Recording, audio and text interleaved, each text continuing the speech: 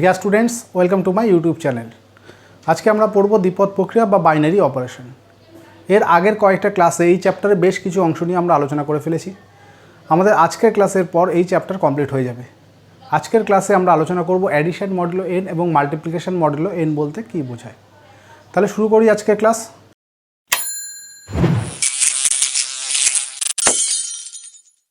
তাহলে সবার প্রথমে আসা যাক অ্যাডিশন মডুলো n বলতে কী বোঝায়।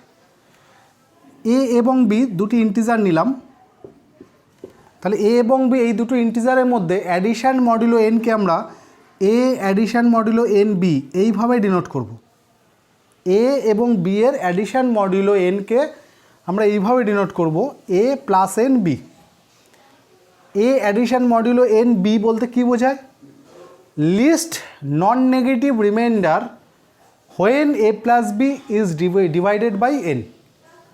অর্থাৎ এ আর বি এর অ্যাডিশান, তার মানে এ প্লাস বি, সেটাকে যদি আমি এন দিয়ে ডিভাইড করি, এন দিয়ে ডিভাইড করবার পর লিস্ট নন নেগেটিভ রিমাইন্ডার যে হবে, লিস্ট মানে সবথেকে ছোট, নন নেগেটিভ মানে পজিটিভ, সবথেকে ছোট পজিটিভ যে রিমাইন্ডার আমি পাবো সেটাকে আমি কি বলবো? এ অ্যাডিশন মডুলো এন বি। যেমন ধরো 7 অ্যাডিশন মডুলো 5 4, এটা বলতে কী বোঝায়? 7 অ্যাডিশন মডুলো 5 4, তার মানে 7 আর 4কে অ্যাড করলে কত হবে? 7 প্লাস 4 করলে আসছে 11। এই 11কে যদি আমি 5 দিয়ে ডিভাইড করি, 11কে তুমি যদি 5 দিয়ে ডিভাইড করো তাহলে রিমাইন্ডার কত হয় দেখো, 5 ইন্টু 2 10 1। তাহলে এটাই হচ্ছে লিস্ট নন নেগেটিভ ইন্টিজার। ঠিক আছে, তাহলে 7 অ্যাডিশন মডুলো 5 4 বলতে আমরা এখানে 1কে বুঝবো, এইরকম ব্যাপারটা। বা যদি ধরো তোমাকে বললো 4 অ্যাডিশন মডুলো 7 3, কত হবে? তাহলে তুমি কি করবে? 4 আর 3কে অ্যাড করবে। 4 আর 3কে অ্যাড করলে হয় 7। 7কে 7 দিয়ে ডিভাইড করলে রিমাইন্ডার কত হয়? 0। রিমাইন্ডার মানে ভাগশেষ। রিমাইন্ডার বলতে আমরা বুঝি ভাগশেষ। অর্থাৎ 4 এবং 3 এর যোগফলকে 7 দিয়ে ভাগ করলে যে ভাগশেষ পাই, ঠিক আছে? তাহলে সেটাকে আমরা কি বলছি? 4 এবং 3 এর অ্যাডিশন মডুলো 7। যদি এমন হয় 4 অ্যাডিশন মডুলো 11 5, এটা বলতে কী বোঝাবে? তাহলে 4 আর 5কে অ্যাড করলে কত হবে? 9। তাহলে 9কে তুমি যখন 11 দিয়ে ডিভাইড করবে রিমাইন্ডার কত হবে? তাহলে তুমি এখানে কত নেবে? 0 নিতে হবে। 11 ইন্টু 0 মানে 0, এই হচ্ছে 9 হচ্ছে রিমাইন্ডার। তাহলে সেক্ষেত্রে রিমাইন্ডার কত হবে? 9। যেহেতু 11-এর থেকে 9 হচ্ছে ছোটো, তাহলে 9টা পুরোটাই রিমাইন্ডার থাকবে। বোঝা গেছে? দেখো, এবার আমি তোমাদের দেখাবো এই অ্যাডিশন মডুলো n এর বাস্তব প্রয়োগ। আমাদের প্রত্যেকের বাড়িতে ঘড়ি রয়েছে। ঘড়িতে আমরা 1 থেকে 12 এই ইন্টিজারগুলোকে দেখতে পাই। এবং দুপুর 12টার পরের যে নাম্বার, দুপুর 1টা সেটাকে আমরা 13, দুপুর 2টো সেটাকে 14, দুপুর 3টে সেটাকে 15। এই ডিজিটগুলো দ্বারা কিন্তু আমরা অনেক ক্ষেত্রে চিহ্নিত করে থাকি, এটা তোমরা প্রত্যেকে জানো।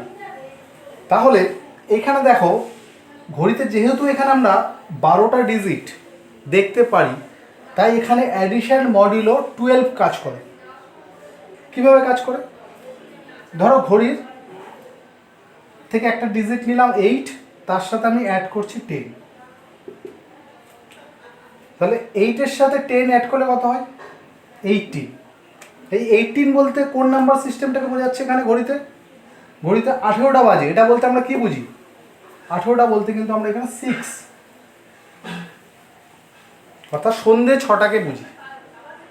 সেটা কিভাবে কাজ করে দেখো, 8 প্লাস 10 = 18, সেটাকে আমি সন্ধ্যে 6টা কেন বলছি? নাম্বার সিস্টেমে যেটা কাজ হয় এই ঘড়ির ক্ষেত্রে, এখানে অ্যাডিশন মডুলো প্লাসের জায়গায় +12, অ্যাডিশন মডুলো 12 কাজ করে। তাহলে 8 অ্যাডিশন মডুলো 12 10 বলতে কী বোঝায়? এই ডেফিনেশনটা তোমরা খেয়াল করো। A addition modulo N B বলতে বোঝায় least non negative remainder when A plus B is divided by N. তার মানে 8 আর 10 এদের অ্যাডিশানকে 12 দিয়ে ডিভাইড করবার পর যে ভাগশেষ পাবো সেটাই হলো 8 অ্যাডিশান মডুলো 12। তাহলে 8 আর 10 মানে হলো 18। তাকে এখন যদি 12 দিয়ে ভাগ করা যায় তাহলে কত দাঁড়াচ্ছে দেখো, 6 হচ্ছে রিমাইন্ডার। তাহলে 8 অ্যাডিশান মডুলো 12 10 বলতে আমরা 6কে বুঝি। তাহলে দেখো 6, 18 বলতে আমরা ঘড়ির সিস্টেমে কী বুঝি, 6কে। এটা কীভাবে এসছে, এই অ্যাডিশান মডুলো ব্যাপারটা থেকে, এই কনসেপ্ট থেকে এসছে। তাহলে এইভাবে ঘড়িতে এই অ্যাডিশান মডুলো এন ব্যাপারটা কাজ করে। এবার আমি তোমাদের দেখাবো কী করে কম্পোজিশন টেবিল গঠন করতে হয়। তার জন্য এখানে একটি সেট নেওয়া হলো এস, যার এলিমেন্টসগুলো হলো 0 1 2 3, ঠিক আছে। এবং এই কম্পোজিশন টেবিলের উপর যে অ্যাডিশান মডুলো 4 নিলাম, এখানে অ্যাডিশান মডুলো এন এর জায়গায় 4 নেওয়া হলো। তাহলে টেবিলটার প্রথম রোতে আমি 0 1 2 3 এই নাম্বারগুলোকে লিখলাম এবং ফার্স্ট কলামেও 0 1 2 3, এই ফার্স্ট কলামেও 0 1 2 3 এই নাম্বারগুলোকে নেওয়া হলো। এবার 0 অ্যাডিশান মডুলো 4 0 করে কত হবে সেটাকে আমি এখানে লিখব। 0 অ্যাডিশান মডুলো 4 1 করে কত হবে সেটাকে আমি 0 এবং 1 এর ইন্টারসেক্টিং পজিশন মানে এখানে লিখব। 0 অ্যাডিশান মডুলো 4 2 করে কত হবে সেটাকে আমি এখানে লিখব। তাহলে প্রথমে আসা যাক যে 0 অ্যাডিশান মডুলো 4 0 মানে এটার সাথে এটাকে নিলে কি দাঁড়াচ্ছে, 0 অ্যাডিশান মডুলো 4 0 করে কত হবে। তাহলে আমাদের নিয়মটা কি শিখেছিলাম, এই দুটোকে যোগ করব, এই দুটোকে যোগ করলে 0ই হয়, তাকে এই 4 দিয়ে ভাগ করব, ভাগ করলে যে ভাগশেষ হবে। এখন 0কে 4 দিয়ে ভাগ করলে ভাগশেষ কত, 0।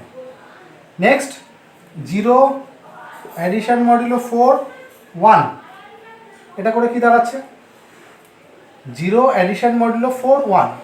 তার মানে এক্ষেত্রে কী হবে, 0 আর 1 এর যোগফল 1, 1কে তুমি 4 দিয়ে ডিভাইড করবে, 1কে 4 দিয়ে ডিভাইড করলে ভাগশেষ কত হবে, কীভাবে করবে, যে 1কে ধরো তুমি 4 দিয়ে ডিভাইড করছো, তাহলে 4 ইন্টু 0 0, ভাগশেষ হচ্ছে 1।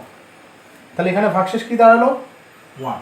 তাহলে 0 অ্যাডিশান মডুলো 4 1 হবে 1। এইভাবে 0 অ্যাডিশান মডুলো 4 2, 0 অ্যাডিশান মডুলো 4 2, তার মানে 0 প্লাস 2 মানে হলো 2, তাকে আমি 4 দিয়ে ডিভাইড করব। তাহলে 2কে যদি তুমি 4 দিয়ে ডিভাইড করো, 4 ইন্টু 0 0, 2 হচ্ছে রিমাইন্ডার, তাহলে রিমাইন্ডার পাচ্ছি 2। তাহলে 0 অ্যাডিশান মডুলো 4 2 মানে 2। এভাবে 0 অ্যাডিশান মডুলো 4 3 মানে 3, ঠিক আছে। পরের ক্ষেত্রে আসো, এবার হচ্ছে এই রো এর ক্ষেত্রে কী হবে, 1 অ্যাডিশান মডুলো 4 0, তাহলে 1 এর সাথে এবার 0কে নেব, তাহলে 1 প্লাস 0 করে আসছে 1, তাকে আমি 4 দিয়ে ডিভাইড করলে 1 হলো রিমাইন্ডার। ক্লিয়ার। 1 অ্যাডিশান মডুলো 4 1 নিলে কী হবে, তার মানে 1 প্লাস 1 হলো 2, তাকে আমি কত দিয়ে ডিভাইড করবো, যেহেতু এখানে অ্যাডিশান মডুলো 4 আছে তাই 4 দিয়ে ডিভাইড করবো। তাহলে 2কে 4 দিয়ে ডিভাইড করলে রিমাইন্ডার কত হবে 2। 1 অ্যাডিশান মডুলো 4 2, তার মানে 1 প্লাস 2 মানে 3, 3কে 4 দিয়ে ডিভাইড করলে রিমাইন্ডার 3। 1 অ্যাডিশান মডুলো 4 3, তাহলে 1 প্লাস 3 হলো 4, 4কে যদি 4 দিয়ে ডিভাইড করো তাহলে রিমাইন্ডার আসে 0। বোঝা গেছে। এবার এটার ক্ষেত্রে কী হবে, 2 অ্যাডিশান মডুলো 4 0 মানে 2 প্লাস 0, 2 প্লাস 0 মানে 2, তাকে 4 দিয়ে ডিভাইড করলে 2 হচ্ছে রিমাইন্ডার। পরেরটা 2 আর 1 মানে 2 আর 1 মানে 3, 3কে 4 দিয়ে ডিভাইড করলে 3 রিমাইন্ডার।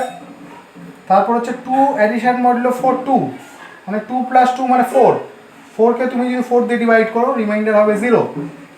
নেক্সট 2 প্লাস 3 মানে 5, 5কে 4 দিয়ে ডিভাইড করো রিমাইন্ডার আসবে কত 1। ক্লিয়ার। এবার এটার ক্ষেত্রে 3কে 0-র সাথে যোগ করলে 0 হয় 3 হয়, 3কে 4 দিয়ে ডিভাইড করলে 3 রিমাইন্ডার। 3 প্লাস 1 মানে 4, 4কে 4 দিয়ে ডিভাইড করলে 0 রিমাইন্ডার।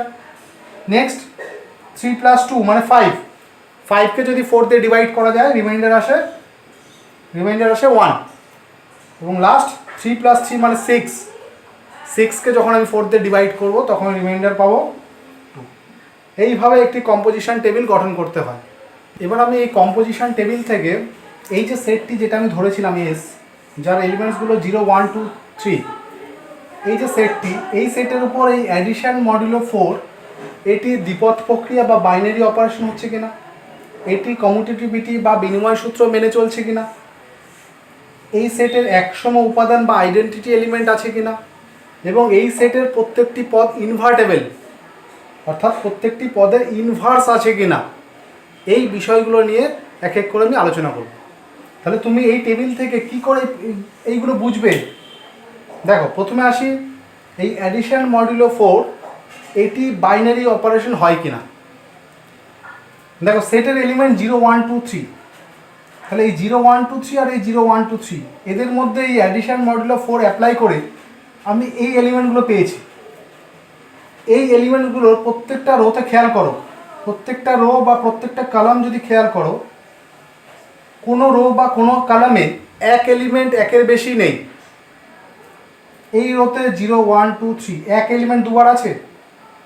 এই রোতে দেখো 1 2 3 0, এখানে 2 3 0 1, এখানে 3 0 1 2, তাহলে কোনো রোতে কিন্তু এক এলিমেন্ট একের বেশি নেই। এবং প্রত্যেকটা কলামের ক্ষেত্রেও খেয়াল করো, কলামের ক্ষেত্রেও কিন্তু আমরা সেটা দেখতে পাচ্ছি। এবং এখানে যে এলিমেন্টসগুলো রয়েছে, এই এলিমেন্টসগুলোর মধ্যে কেউ কিন্তু এই 0 1 2 3 এর বাইরের পদ নয়। এই যে এই টেবিলে অ্যাডিশন মডুলো 4 করে যা পেয়েছি, এর প্রত্যেকটা পদ কিন্তু এর মধ্যবর্তী, এই সেটের বাইরের কোনো পদ পাই। তাহলে আমি বলতে পারি কি, এই সেটের যে কোনো দুটো পদের মধ্যে অ্যাডিশন মডুলো 4 করে আমি যেটা পেয়েছি সেটা এই সেটেরই অন্তর্গত।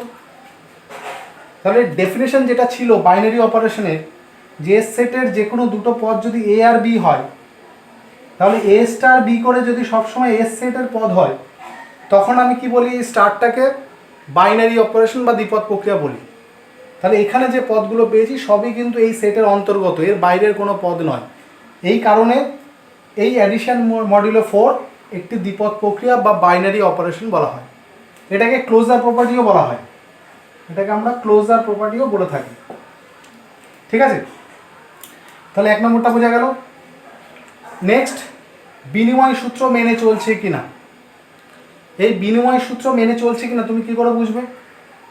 এর এই যে ডায়াগোনালটা, এই হচ্ছে এই টেবিলের ডায়াগোনাল বা কর্ণ, এই কর্ণটা বরাবর এর ওপরের একটা অংশ আছে, নিচের একটা অংশ আছে।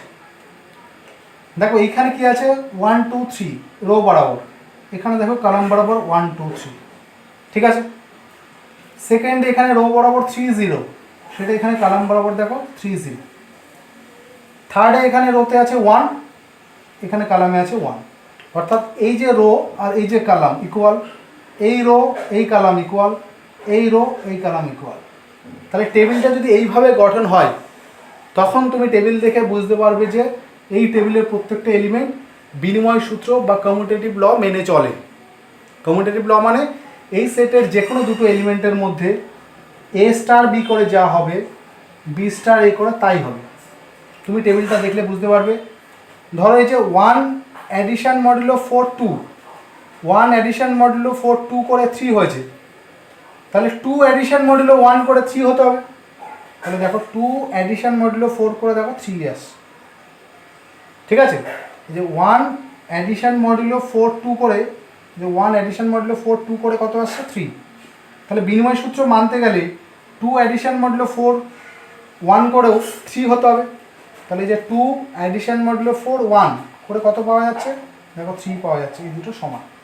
এরকম তুমি যে কোনো দুটো এলিমেন্টের ক্ষেত্রে কিন্তু এই এ স্টার বি আর বি স্টার এ এটা সমান হবে।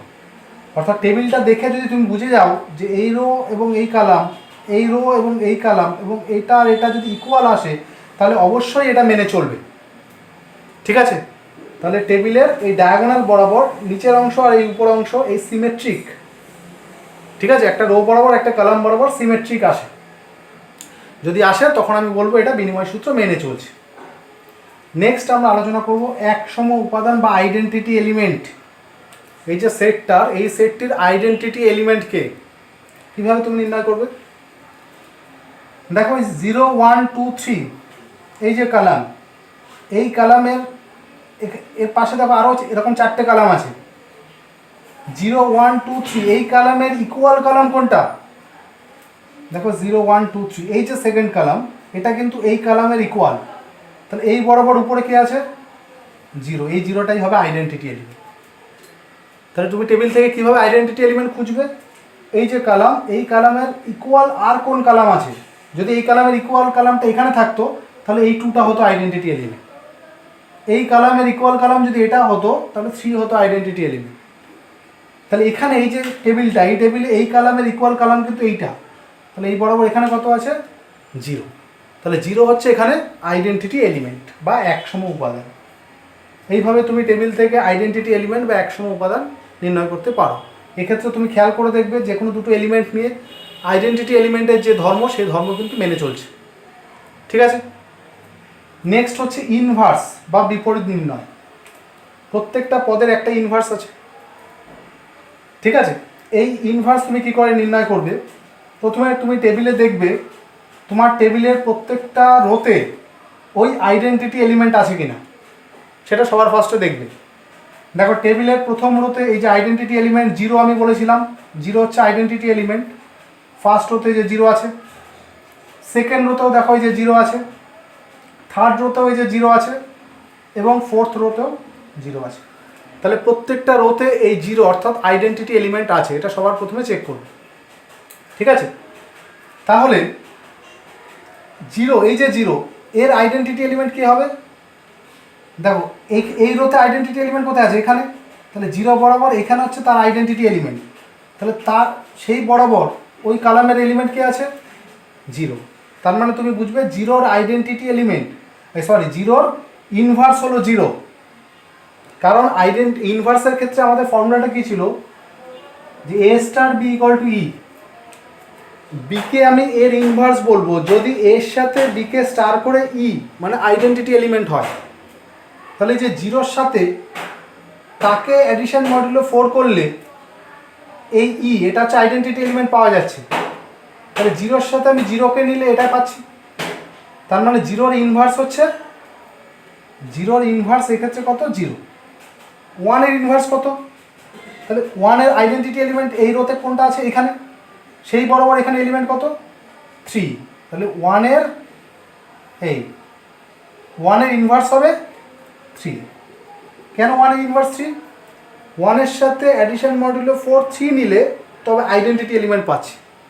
তাহলে এই যে ডেফিনেশন, এর ইনভার্স বি হবে যদি এর সাথে বিকে স্টার করে আইডেন্টিটি এলিমেন্ট পাই। তাহলে 1-এর সাথে কাকে অ্যাডিশন মডুলো 4 করলে আইডেন্টিটি এলিমেন্ট মানে 0কে পাচ্ছি, 3কে। 1-এর সাথে 3কে নিলে 0 পাচ্ছি। তাহলে 2-এর ইনভার্স কত হবে, 2-এর ইনভার্স, দেখো 2-এর ইনভার্স হবে 2 বরাবর আইডেন্টিটি এলিমেন্ট কোথায়, এখানে আছে, সেই বরাবর এলিমেন্টকে 2। তাহলে 2-এর ইনভার্স হচ্ছে 2। 3-এর ইনভার্স কত, 3-এর ইনভার্স এই যে এখানে এই রোতে আইডেন্টিটি এলিমেন্ট খুঁজে বের করো, এখানে আছে, তাহলে এই বরাবর এলিমেন্ট কি আছে, 1। তাহলে 3-এর ইনভার্স হচ্ছে 1। তাহলে এইভাবে দেখতে পাচ্ছ 0 1 2 3 মানে 4টে এলিমেন্টেরই ইনভার্স আছে। তাহলে একটা সেটের প্রত্যেকটা পদের যদি ইনভার্স থাকে তখন সেটটাকে আমি ইনভার্টেবল বলি। ঠিক আছে, এবং ইনভার্সটা কীভাবে নির্ণয় করে, এই হচ্ছে তার প্রসেস।